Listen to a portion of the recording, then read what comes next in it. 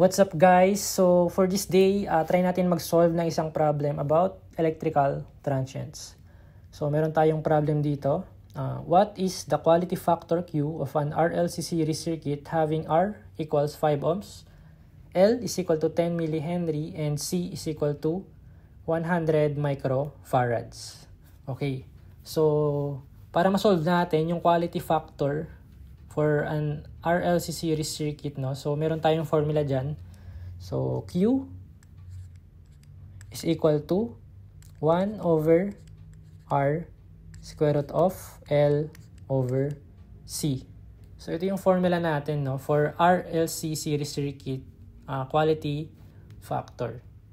Okay, so since meron naman tayong R, L, and C, so direct substitution na lang ito. So tandaan nyo, ito yung formula for quality factor of an RLC series circuit.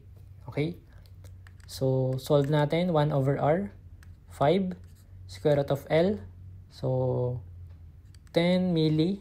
So, times 10 raised to negative 3 over 100 microfarad. So, 100 times 10 raised to negative 6.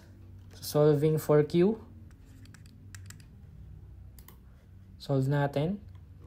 1 over 5 square root of 10 times 10 negative 3 over 100 times 10 negative 6.